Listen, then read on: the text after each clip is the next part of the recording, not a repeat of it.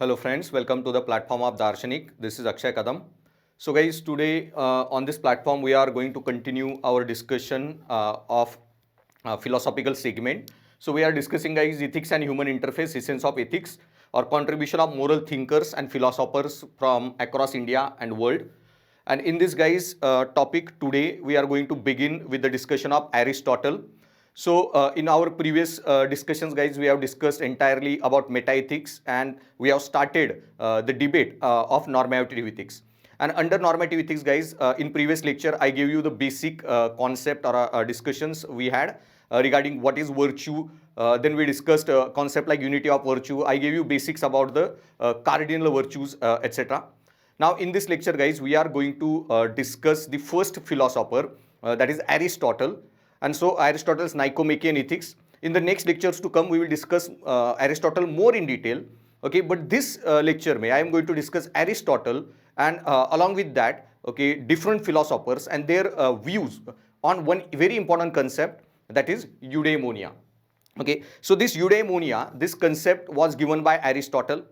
Now I told you guys that under normative ethics there are different branches, okay, of ethics, that is virtue ethics, then teleological ethics, then you have deontological ethics, and then you have the rights ethics.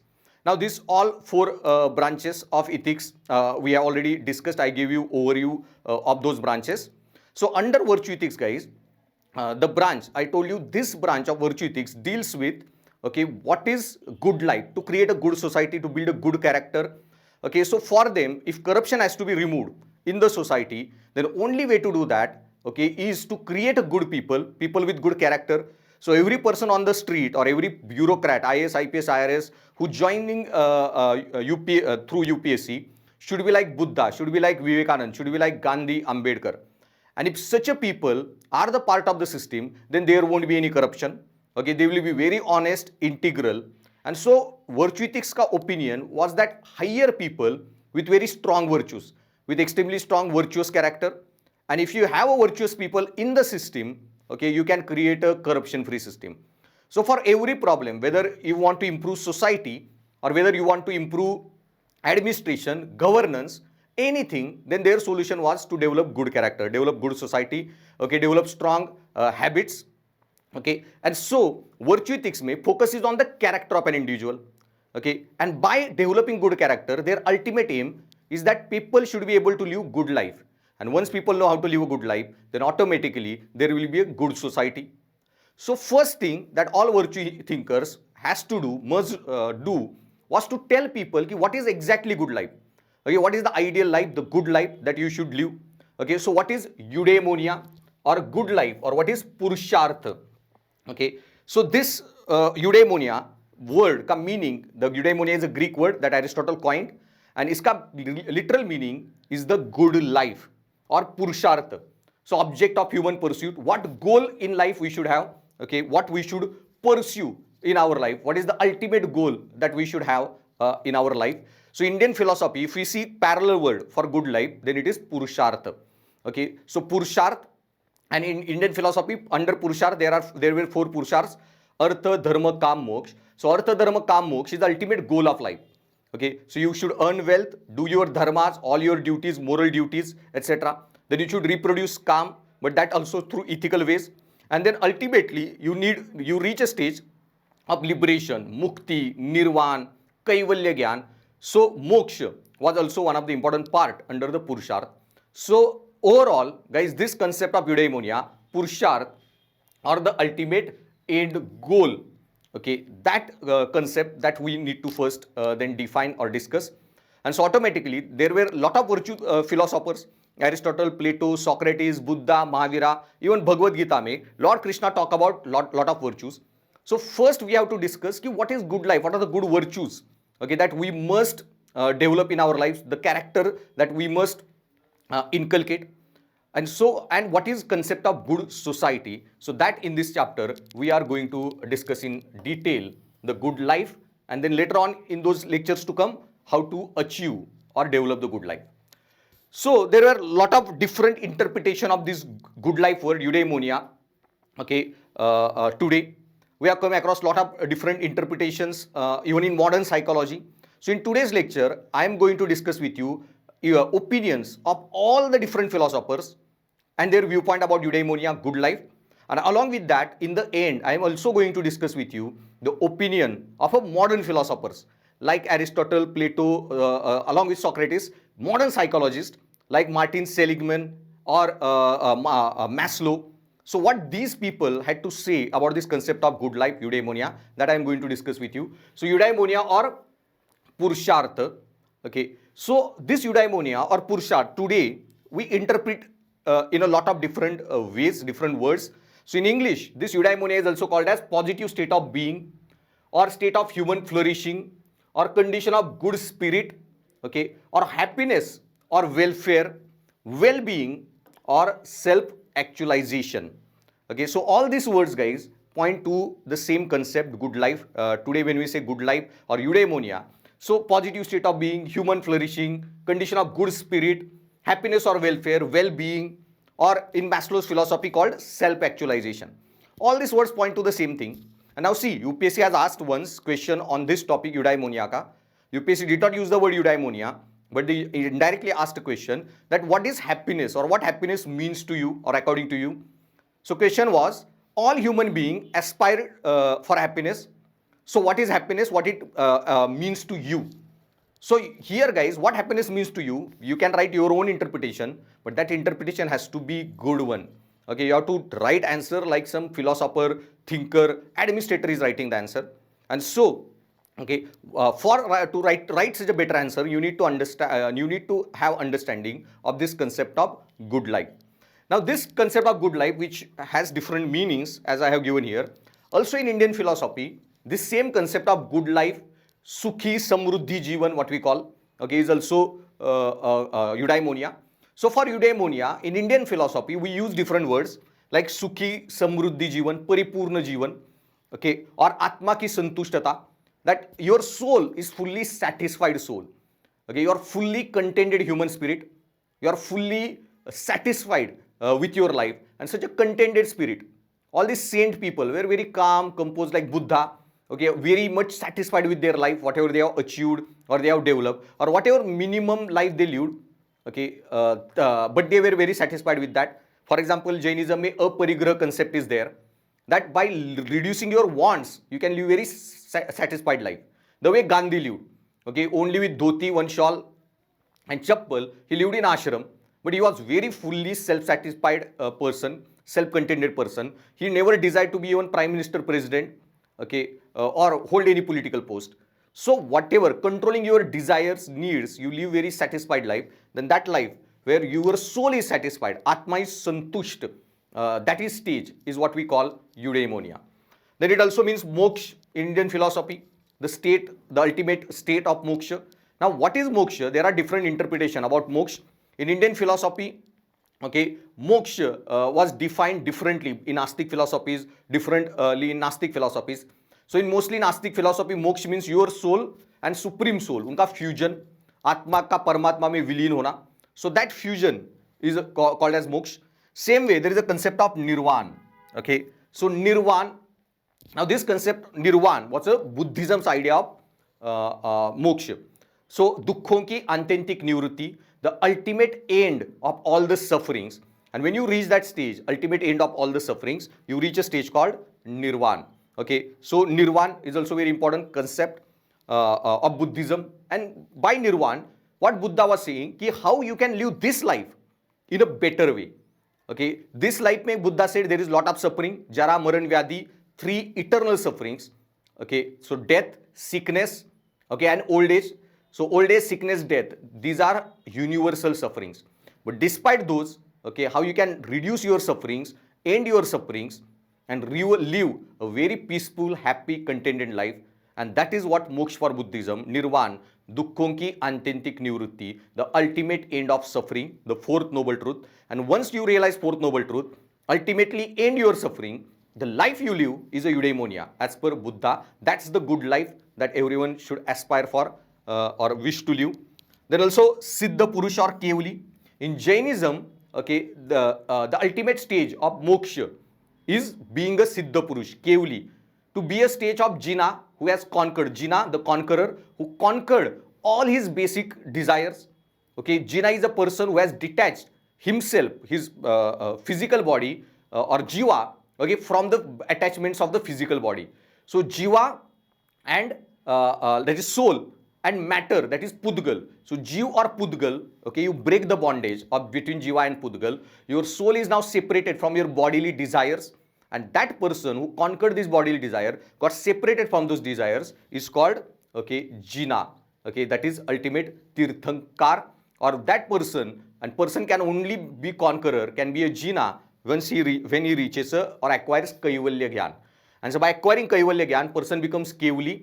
Okay, he reaches ultimate stage, that is Siddha Purush. So Jinnah, Tirthankar, Kevli, Siddha Purush, that's the ultimate good life as per the Jainism. And also there is a concept called Sthita Prajna. So in Bhagavad Gita, the ultimate good life can only be lived by the people who are Sthita Prajna. And what is Sthita Prajna? I will explain you, okay, separately in Bhagavad Gita ethics. But I will introduce this idea. And what simply Sthita Prajna means? Sthita Prajna means like personality like Rama, the Maryada Purushottam, like Lord Krishna, Yoga Purush, calm, composed, equipoised, balanced people whose emotions are always in control of their mind, their intelligence. So extremely emotionally intelligent people, okay, extremely stable, calm, composed, equipoised people. That kind of personality is Sthita Prajna. Okay, and that's what Krishna begins Bhagavad Gita with, telling Arjun कि चंचल मन को मनमानी ना करने दो पार्थ, उसे रोको और अपनी आत्मा का अधीन बनाओ. So once you can control your emotions, then only those people who have this emotional control, emotional regulation, can, okay, do their duties with determination. Only they can act on their duties. Only they can perform their duties with anasakti, with nishkamta. And so to ultimately reach an end goal, achieve your goal, okay, reach your ultimate aim, you need to be Sthita Prajna, and that is and life of a Sthita Prajna is the only good life, equipoised life. And how to reach a stage of Sthita Prajna? Lord Krishna also explains that in Bhagavad Gita by achieving Santulan, okay, balance of three stages, three gunas, that is Satvik, Rajas, Tamas. So if you achieve the balance of all these three gunas, you will reach ultimately a stage that is Sthita Prajna. And that stage of Sthita Prajna is what we call Eudaimonia or Purusharth. Okay, so there were different interpretations of good life. Okay, some as per Western philosophies, some as per Indian philosophies. I am going to give you all the interpretations. So whatever question comes in the paper, you should be in position to write, or you should be having all interpretations available. You can use suitable interpretation or write all the interpretation regarding good life. So UPSC will ask you simple, very simple basic question, okay, that why we need to develop virtues, okay, what is the ultimate goal of development of virtues, why we need to develop these virtues. So we need to develop these virtues so that ultimate end, ultimate goal, okay, that we will be reaching is this good life, eudaimonia. And what is good life? Then there are a lot of interpretations. Or they will ask you, what is happiness mean to you? Then you need to explain what happiness means to you in a philosophical language. Or what is good life, or what you want to achieve in your life. Okay, then you need to explain these interpretations of good life. Okay, so let's see more in. We also have Mahatma Gandhi. Mahatma Gandhi gave a very simple idea about this eudaimonia. And for Mahatma Gandhi, okay, happiness is when what you think, what you say, what you do is in harmony. So congruence of ideal and real self is eudaimonia. So Gandhi gave a very easy interpretation of eudaimonia. For Gandhi, okay, you just need to have these three in your life. Thoughts, word, deeds, action should match in your life. So your real self that you personally, in reality you are, okay, your real self that world sees, and ideal self that you really from inside you are, both should be the same. There should be congruence between your thoughts, words and actions.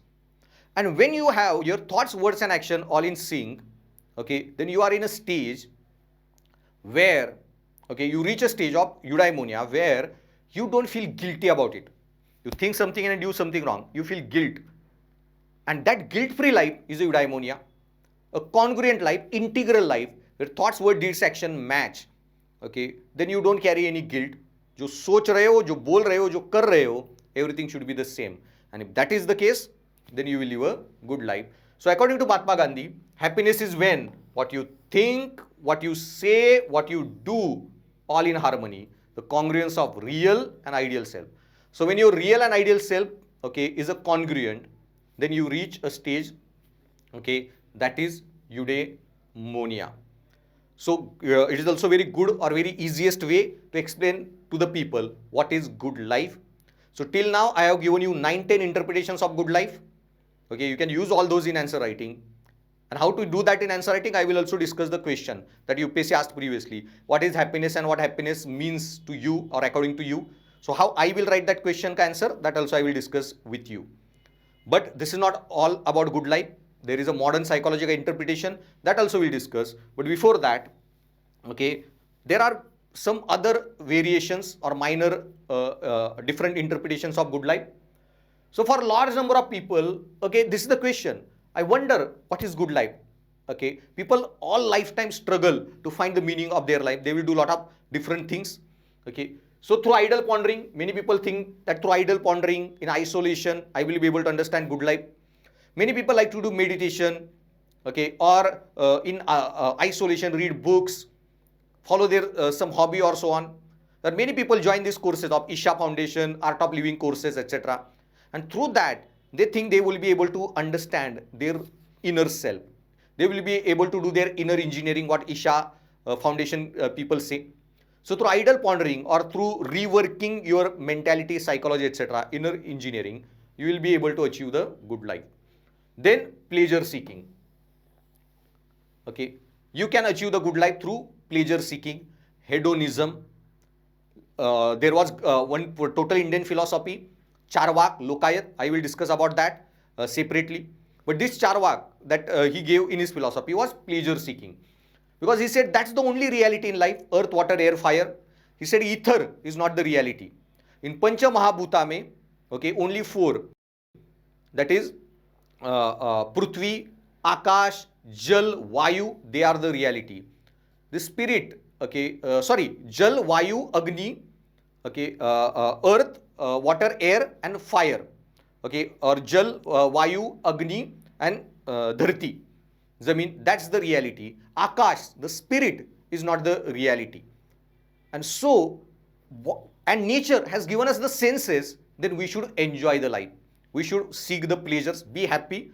And there is entire philosophy in ethics paper about happiness, centered on happiness, that is consequentialist philosophy. And according to consequentialist thinker like Jeremy Bentham, John Stuart Mill, Charvak, Thomas Hobbes, about whom we will discuss separately, the only ultimate good of life, happiness, okay, eudaimonia, pleasure is the ultimate goal of life. And why they said pleasure is the ultimate goal of life? Because it's very easy. You go across all the human beings on this planet, go to any culture, any society, any country, and you meet any person and ask him, would you like to be unhappy? No one will say, I want to be unhappy. Everyone wants to be happy. So pleasure is only universal intrinsic good, and pain is only universal intrinsic bad. Everyone wants pleasure in life. No one wants pain. Then we should only strive for the pleasure, not the pain. And so pleasure seeking is the ultimate goal of life. Then achievement chasing. Okay. Lot of people, for them, good life is achievement chasing. Now in in my essay classes, when I will take the essay course, I will launch essay course separately. There, okay, you come across lot of human value-based essays. Like life is long journey between human being and being humane. Then ship in harbor is safe, but that's not what ship is built for. All these kind of essays. You cannot step into the river twice. Simplicity is ultimate sophistication. In all these essays, guys, okay, to deal with this essay, you need to understand some important philosophical or psychological thoughts. Okay, so where I discussed one theory of McClelland's need of motivation. What motivates people? 2-3 theories I discussed: extrinsic, intrinsic motivation, McClelland's motivation theory. And in McClelland's motivation theory, he talked about 3 motivations. These 3 motivations are, okay, one is your this achievement motivation, one is need for power, another is need for affiliation, bonding with the people. So need for power, need for affiliation, need for achievement, these 3 are very strong motives according to McClelland, one psychologist. So this achievement chasing, these are the people who like to chase the dreams. They like to set the goals, achieve those goals. Even through achieving those goals, you get kind of satisfaction. Okay, I enjoy seeing, starting my YouTube channel. Last few days back, I started to work on my YouTube channel. I'm uploading content on that. I launched my courses. Okay, I will be launching more courses. So I have targets and I'm achieving that. And even those achievement of those targets makes us happy. Running behind those targets makes us happy. Doesn't matter how pain it brings to our life. So for you, UPSC is the target. And once you will achieve that, achievement chasing is also a good life. And once you achieve that, next target, you achieve that, next target. And so large number of people, okay, have the achievements, the goals, and they keep chasing those goals. And that's what your ultimate goal, the achievement chasing. Then for large number of people, spiritual enlightenment is also goal of life. The spiritualism, deep thinking, mystical thinking, okay, transcending the our limitations of the sensory organs, and this transcending the limitation of sensory organs and going into this, okay, transcendental reality and knowing your own self is also for large number of people, okay, eudaimonia, the good life. So you can write even spiritual enlightenment is also good life for some people.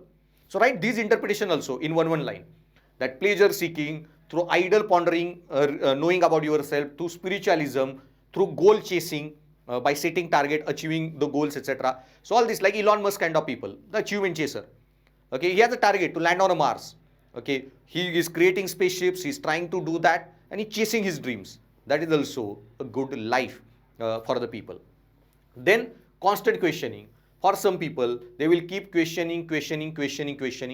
Okay, and they will then find, okay, I find interest in this, they will pursue that career. Then will think, no, not this, I have enough of this. They will change the career, they will pursue something else.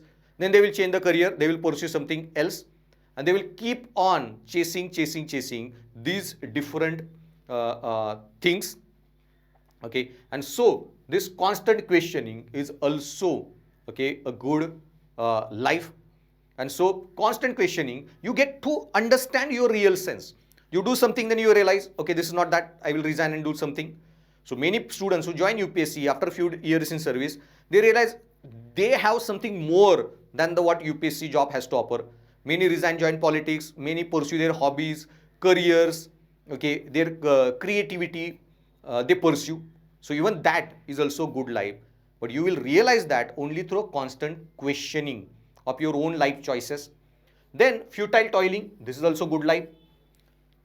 Now how you will say futile toiling is a good life? So there is a deep psychological meaning behind this. Okay, so what is this deep psychological meaning behind this? So then what is this deep psychological meaning behind this futile toiling? So guys, you see a lot of auto rickshaw people who are running auto rickshaws. In Delhi, you will see a lot of these cycle rickshaws. And you will see even in chilly winter, they are sleeping on that cycle rickshaw. How can that be a good life? Yes, guys, even that is good life. Because in old age psychology, they have made a lot of research. And they have found that some person who has got born in very rich family, has a very lavish life, never had to struggle in his life, and living very enjoyable, comfortable life. Rather, these people die, and when they die very painfully.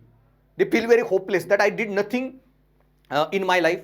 I just wasted, or I spent my life, okay, spending the father's money. And so that futile toiling is a very problematic thing. Such a thing where you just enjoy your life.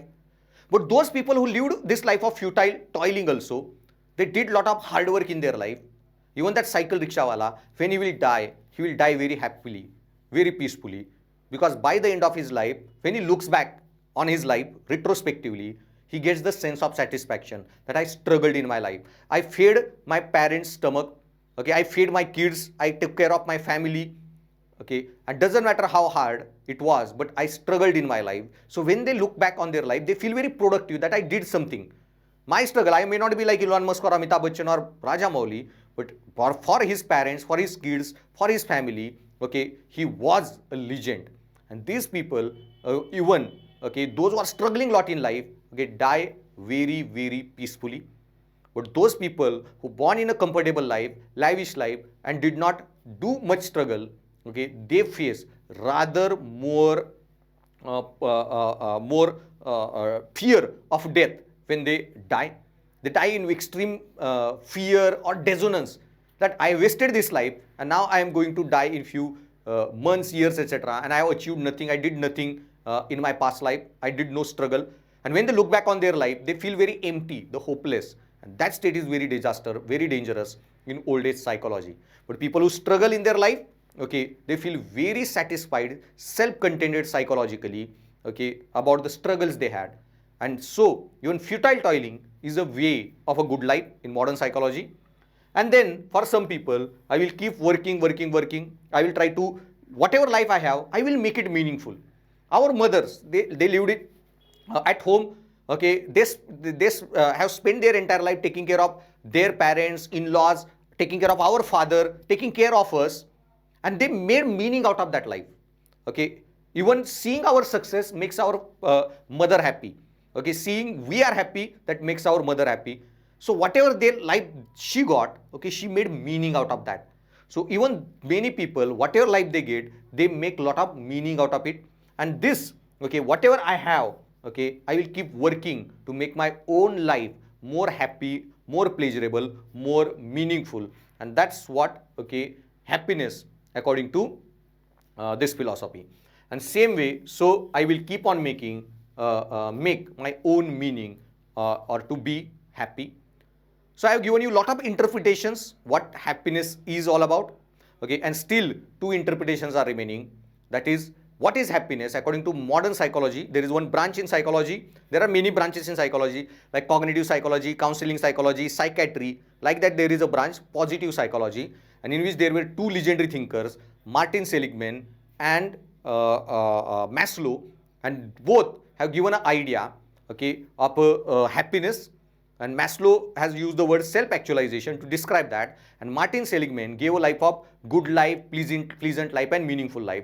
This is also very important thought that you should know in virtue ethics to write your answers, or in general to write your ethics answer. So let's see what good life is according to their viewpoint.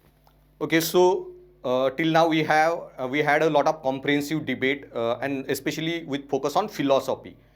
But guys, I told you, good life ka concept is not only explained by the philosophy. Even modern sciences are trying to tell answer that what is the goal of human life, purpose of human life.